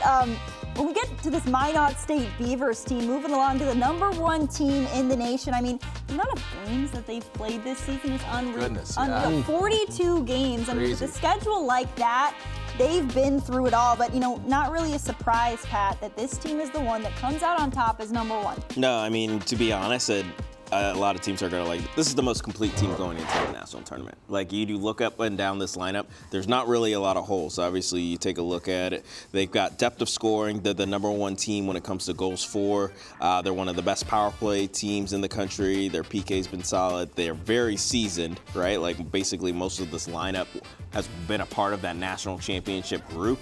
Arguably, they have the #1 goaltender in the country in Jake Anthony. So, like, yeah, there's not really, like I said, a lot of holes in this group. And they're also entering the national tournament with 24 straight games they haven't lost in regulation. Right? That's pretty impressive. And in that stretch, they're 22. They're 22-0-1-1 with a shootout loss and an overtime loss. So the last time they lost in regulation was about at the end of November. Man. That's wild. This team's just stacked, right? Oh, it's unbelievable. I can't really add anything to those stats. I mean, they're just from top to bottom. They're just so rock solid. You know, Wyatt does such a great job with them. Yeah. No, it's great to see. I mean, the way that he has developed this program throughout the years is really incredible. We actually have Coach live with us right now, Wyatt Wazelenchek. Coach, thank you so much for taking the time to join us. Congrats on the #1 overall ranking. Yeah, thanks very much, and thanks for having me tonight, and for all that you guys have done leading up to this event tonight. Coach, I mean, we start out with last season. Your team's year ends in the quarterfinals. You guys aren't really used to that. I mean, how much of a fire did that light under your team coming into this year?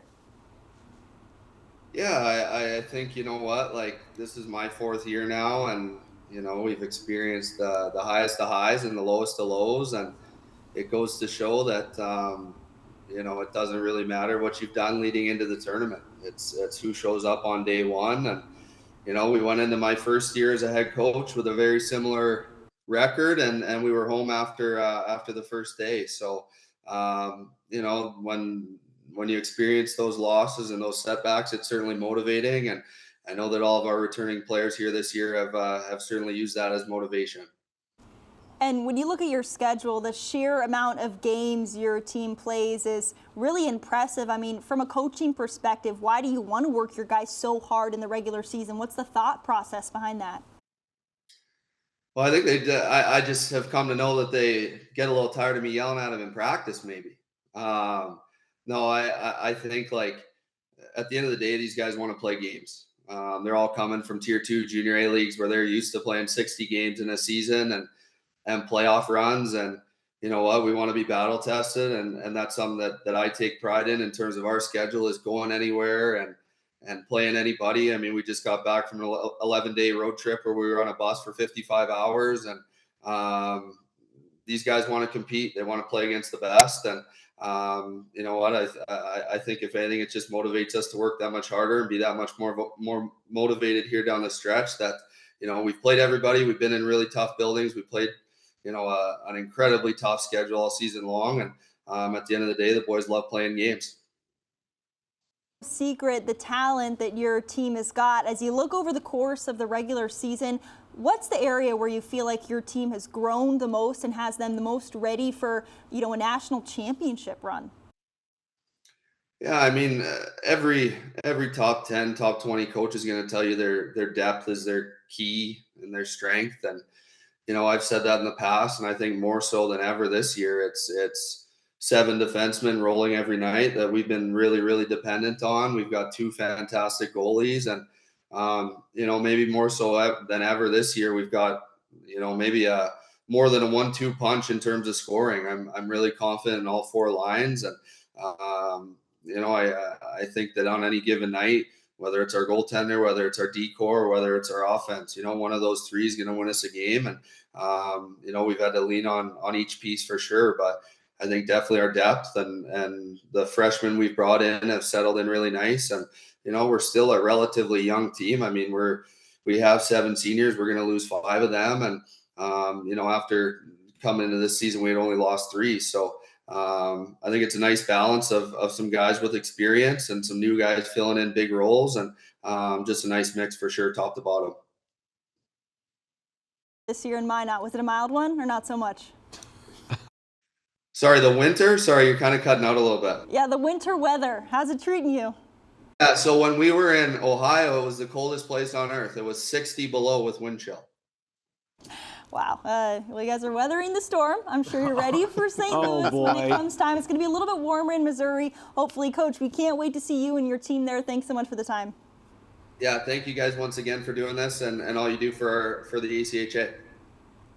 Awesome. Love hearing from that coach. I mean, Rhett, what an amazing program he's built. Yeah. Minot's been the powerhouse over the years. Yeah, Wazelenchek was a terrific goaltender himself and has really created a quality program. And you just look at this team. And, you know, in previous years, I always felt like Minot may have had a couple of, maybe not like the top-end talent in terms of putting in goals. It was always defense wins championships for this group. But then when you look at it now, and Moffat, 26 goals, Colby Joseph, 26 goals, and Reed Arnold, 25.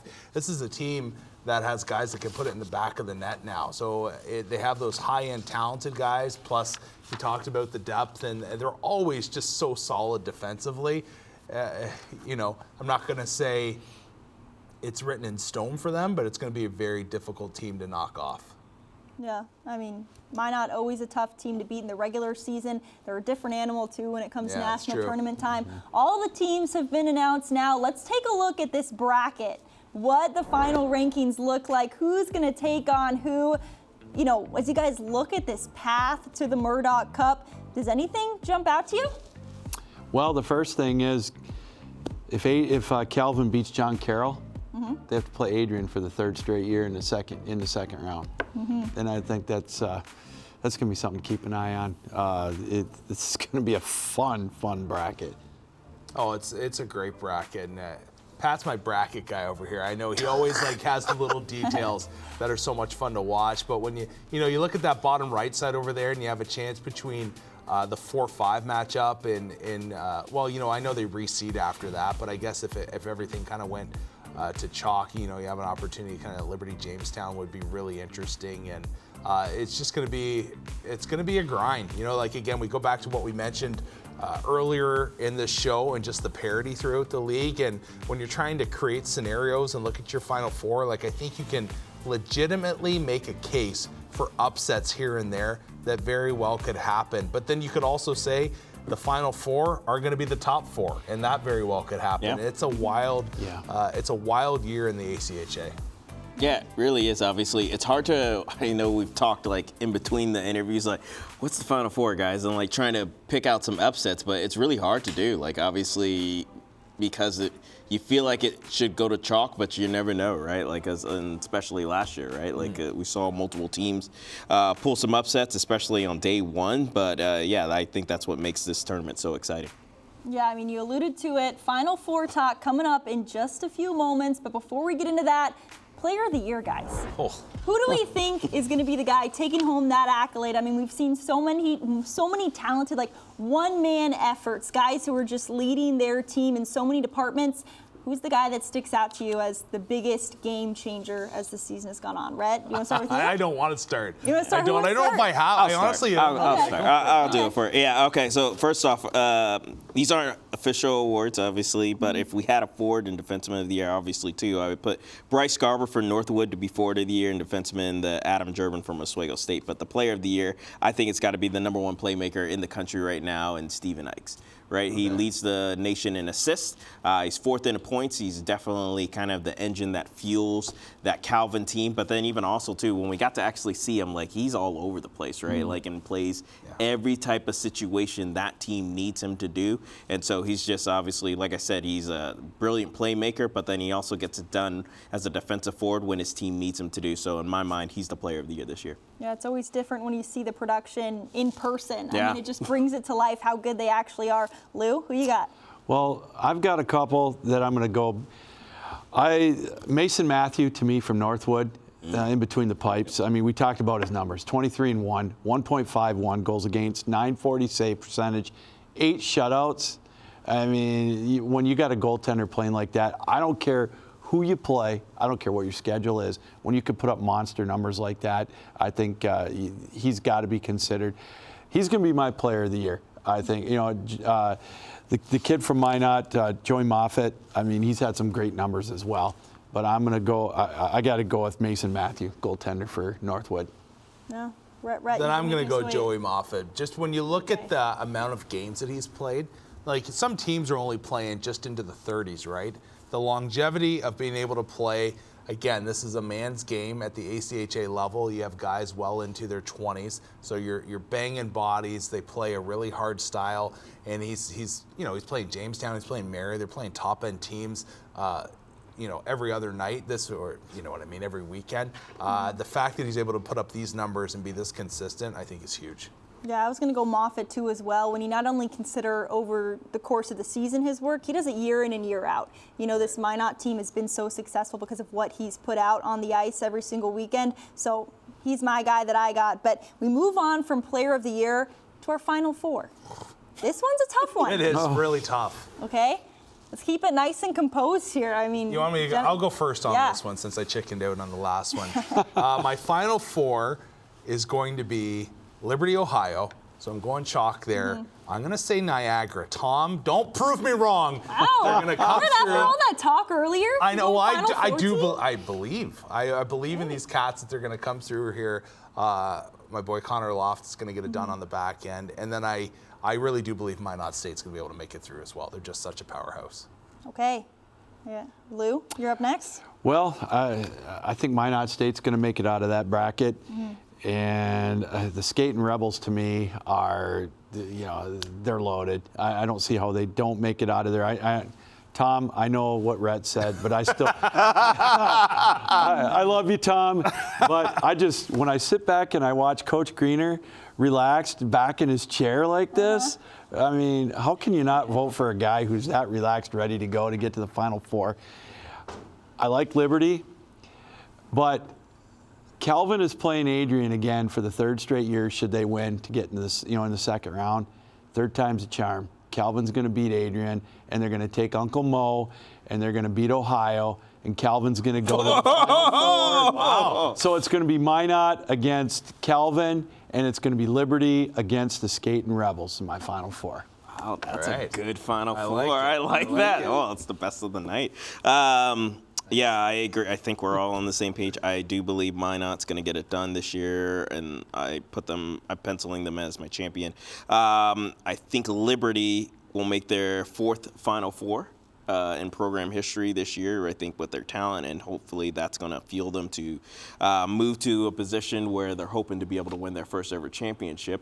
On the other side, I do believe the Skating Rebels, I think it'll be them versus Minot State. And on the other side, I don't think Calvin's going to get it done versus Adrian. I actually think, though, Adrian will get it done versus Ohio. Okay. And they'll make it back to the Final Four. Coach Stiles has proven that the Final Four loves him, and he loves the Final Four. So I think, the defending champs won't go down without a fight. I got to go flip-flop that last one, Pat. Okay. I think all the same, except I think Ohio's got Adrian. Yeah. I mean, that team, just too much talent, too much skill. I don't think, honestly, I know we're going to get to it in a second, but they're the team I've got going all the way this year. All right. Okay, so now we get into it, our national champion. Who wants to start us off? Yeah, I'll start. Go ahead. Give us a description. Like, how's it going to go down, Pat? How's it going to go down? Oh, geez. I don't know about how it's going to go down.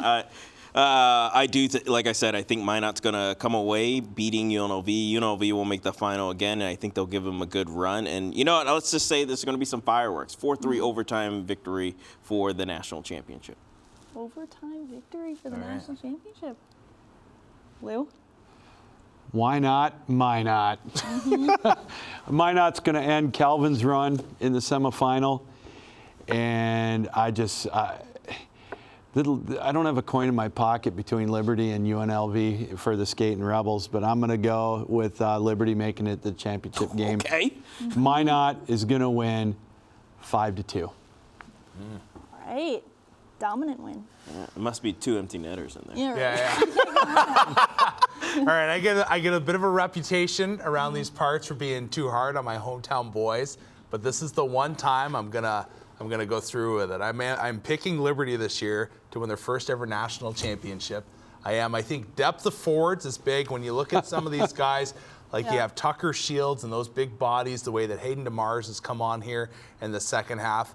If this team plays a style where they chip and chase, they take care of the puck in the neutral zone, they are more than capable. Again, I really do believe they have the deepest forward group in the ACHA. Short shifts, high tempo, get the puck in deep and grind. And I believe when Conrad Couch is on his game, he is the best goalie in the ACHA, specifically on the PK. He can get out there like a third defenseman and play the puck and send it down the ice. And I know the power play has been struggling a little bit throughout the year. I believe that will score some timely goals when needed. There's too much talent on that team not to. And for the first time, the Murdoch Cup will come back to Lynchburg. All right, first time in program history if Liberty should make it happen.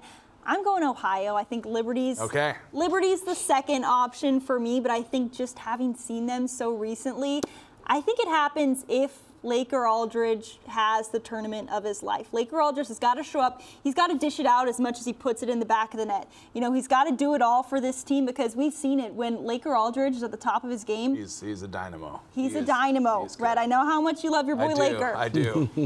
They're going to be a tough team to beat come tournament time. And I just think, like, also with, you know, the adversity they faced this year, they've managed to get over it. They've managed to get back in their home rink, get their legs back under them. When you have that kind of, you know, adversity, it puts a little bit of an underdog mentality thing. You know, even though they are one of those top teams, they still feel like, hey, people might be believing against us because of everything we've gone through this year, no home games, and first-year head coach as well. Barry Shute, that man's not messing around. No. Oh, when you're from Thunder Bay, oh yeah, you know what hard winners are made of. That guy knows Bulldog how to get it done. mentality, eh? Yes.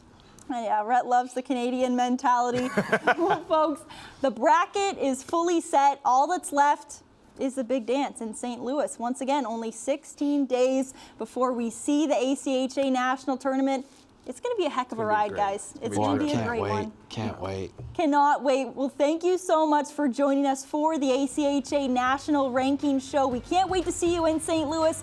We'll be there. All it takes is you guys as well. It's going to be some great hockey.